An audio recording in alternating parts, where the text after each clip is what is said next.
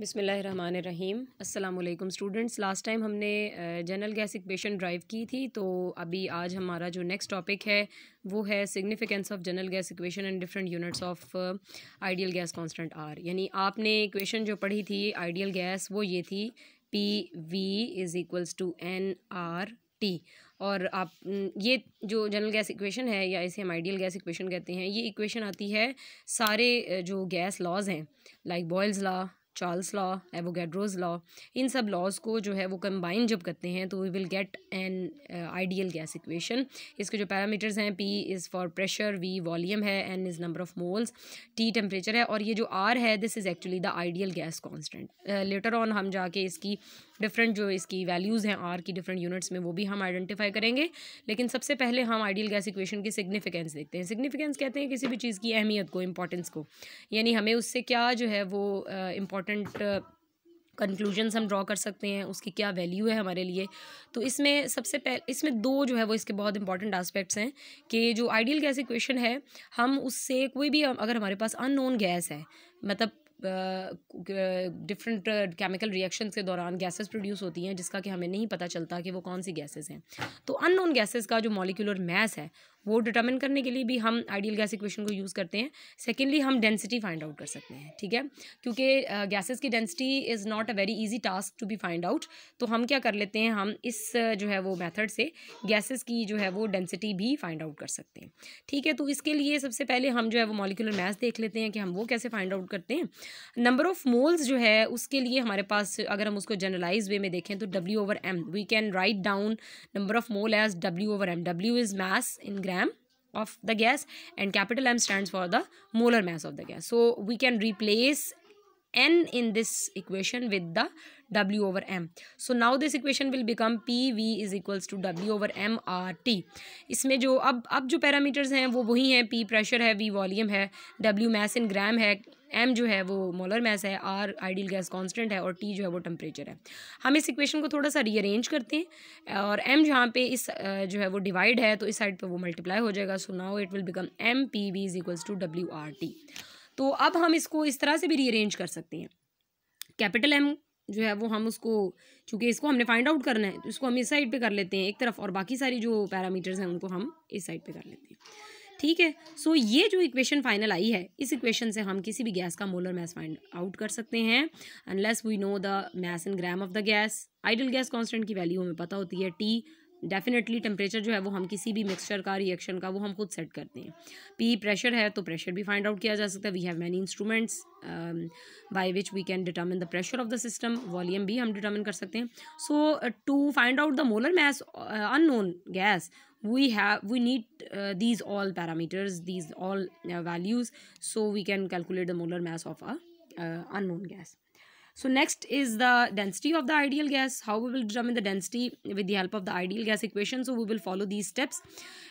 In this step we will replace the number of moles with the its elaborated form, that is W/m. We will write this equation in this way, and then we will rearrange it in such a way that we will separate this weight in gram and volume term, because by the definition of density we know that mass per unit volume, density is actually the mass per unit volume. So in later on we can replace this term with the term of density. So now the equation is MP is equals to DRT. Actually हमने यहाँ पे just इस वाली term को W/V को, weight over volume को, हमने किसके साथ रिप्लेस कर दिया, डेंसिटी के साथ, because by the definition of density we know that weight per unit volume is the density. So next we will rearrange again. Density is equals to molar mass into the pressure of the gas over capital R into T. So by the use of this equation we can find out the density of any gas in a chemical reaction. Okay, next is the topic numerical value of R. इसमें जो है वो हमने अब are जो है वो हम कह रहे हैं आइडियल गैस कांस्टेंट है। अब हम ये देखेंगे कि हम इसकी न्यूमेरिकल वैल्यू कैसे फाइंड आउट कर सकते हैं। तो सबसे पहले जो है वो यही है कि हमने STP standard conditions of temperature and pressure, जो कि हम ऑलरेडी प्रीवियस लेक्चर में जिसको कि हम देख चुके हैं कि स्टैंडर्ड कंडीशंस ऑफ टेम्परेचर और प्रेशर क्या होती हैं। अगर हम उस स्टैंडर्ड कंडीशंस पे गैस को रखते हैं तो हम बहुत ईजीली आर की वैल्यू को डिटर्मिन कर सकते हैं। अब ये जो स्टैंडर्ड वैल्यूज़ हैं वो यहाँ पर दी गई हैं। वॉल्यूम 22.4 क्यूबिक डेसीमीटर है, प्रेशर जो है वो 1 एटमॉस्फेयर है, definitely number of moles will be 1, और टेम्परेचर जो है वो 273 केल्विन है। तो ये सारी स्टैंडर्ड कंडीशंस हैं। तो इन स्टैंडर्ड कंडीशंस को हम जो है वो इन वैल्यूज़ को पुट करेंगे इक्वेशन में, and we will get the value of R, and this value of R is 0.0821 cubic decimetre atmosphere per mole पर केल्विन। अब ये जो है वो वैल्यू है आर की विच इज़ एट STP, यानी ये वैल्यू हमने किस में कैलकुलेट कर ली है, STP पे कैलकुलेट की है। अब नेक्स्ट हमारे पास चूँकि प्रेशर जो है, बिकॉज प्रेशर जो है वो एटमॉस्फेयर के अलावा बहुत सी यूनिट्स में हो सकता है। प्रेशर जो है वो मिलीमीटर ऑफ मर्करी के यूनिट्स में हो सकता है, प्रेशर जो है वो टॉर के यूनिट्स में हो सकता है, प्रेशर जो है वो पास्कल्स के यूनिट में हो सकता है, मतलब we have many other units. तो अब हम उन यूनिट्स को 1 बाय 1 चेंज करेंगे and we will get the value. अगर हमें मालूम है, अगर हम जो है वो इसका प्रेशर मिलीमीटर ऑफ मर्करी या टॉर में लेते हैं, जैसे ये इसमें दिया हुआ है मिलीमीटर ऑफ मर्करी या टॉर में, अगर हम वॉल्यूम जो है वो क्यूबिक सेंटीमीटर में ले, तो फिर हमारा प्रेशर क्या होगा, फिर हमारे आर की वैल्यू क्या होगी। तो डेफिनेटली हम, चूँकि we know that 1 atmosphere is equals to 760 millimetre of mercury, और हम इसको 760 टॉर भी कहते हैं, ठीक है। ये हमारे पास एक इसकी इक्विवेलेंस है एटमॉस्फेयर और मिलीमीटर ऑफ मर्करी की। सो इसमें चूँकि हमने 1 एटमॉस्फेयर प्रेशर लिया था, तो यहाँ पे हम जस्ट इस इक्वेशन, इस वैल्यू को जस्ट 760 से मल्टीप्लाई कर देंगे। जब हम इसको 760 से मल्टीप्लाई करेंगे तो we will get the value in the units of millimetre of mercury, right. So अभी हमने वॉल्यूम क्यूबिक डेसीमीटर में रखा है। अब हम वॉल्यूम अगर क्यूबिक सेंटीमीटर में करना चाहते हैं तो we know that 1 cubic decimetre is equals to 1000 cubic centimetre. तो हम सिंपली इस क्यूबिक डेसीमीटर वैल्यू को 1000 से मल्टीप्लाई कर देंगे, तो ये वैल्यू किस में आ जाएगी, ये आ जाएगी वैल्यू इसके अंदर क्यूबिक सेंटीमीटर में। So the final value is 62400 cubic centimetre torr per mole पर केल्विन।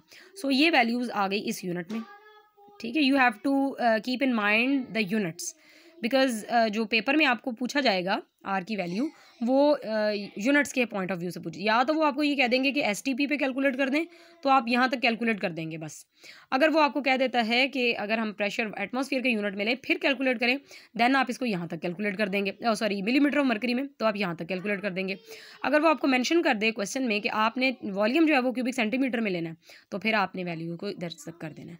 तो आपने इसके जो यूनिट्स आते हैं फाइनल इन वैल्यूज़ के साथ, उनको आपने जहन में रखना है, राइट। अगर हम ऐसा यूनिट लेते हैं, मतलब प्रेशर का जो है वो न्यूटन पर मीटर स्क्वायर है और वॉल्यूम जो है वो क्यूबिक मीटर है, ऐसा यूनिट वॉल्यूम का क्यूबिक मीटर है और प्रेशर का जो है वो newton per metre square which is equal to pascals.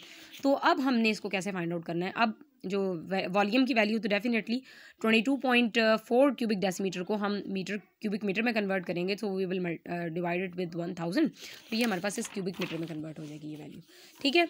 तो ये हमारे पास और पास्कल्स आपको पता है 101325 न्यूटन पर मीटर स्क्वायर होता है।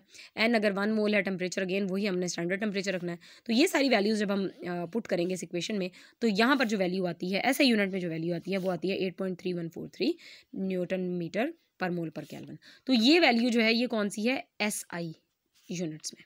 तो आपको क्वेश्चन सेपरेटली वो इस तरह से भी पूछ सकता है कि calculate the value of R in SI units. So the value of R in SI unit is 8.3143। सो ये क्वेश्चन आपसे MCQs में भी पूछा जा सकता है, what is the value of R in SI unit. नीचे बहुत सारी ऑप्शंस होंगी, सो आपने ये वैल्यू जो है वो याद कर लेनी है, और इसके साथ आपने इसके जो है वो भी कर लेने हैं याद, यूनिट्स भी याद कर लेने हैं। सो बाय दिस आपका ये जो है वो टॉपिक आज एंड हो गया है। इससे रिलेटेड जो है वो एग्जांपल्स आप लोग जो है वो सॉल्व करेंगे, ठीक है। सॉल्व एग्जांपल्स हैं, इनको आप जो है वो ये सारी इसी से रिलेटेड हैं, वैल्यू ऑफ आर से, डेंसिटी से और मोलर मास से रिलेटेड हैं। सो इंशाल्लाह ताला नेक्स्ट जो है वो हम टॉपिक नेक्स्ट लेक्चर में स्टडी करेंगे। सो बाय देन अल्लाह हाफिज़, टेक केयर।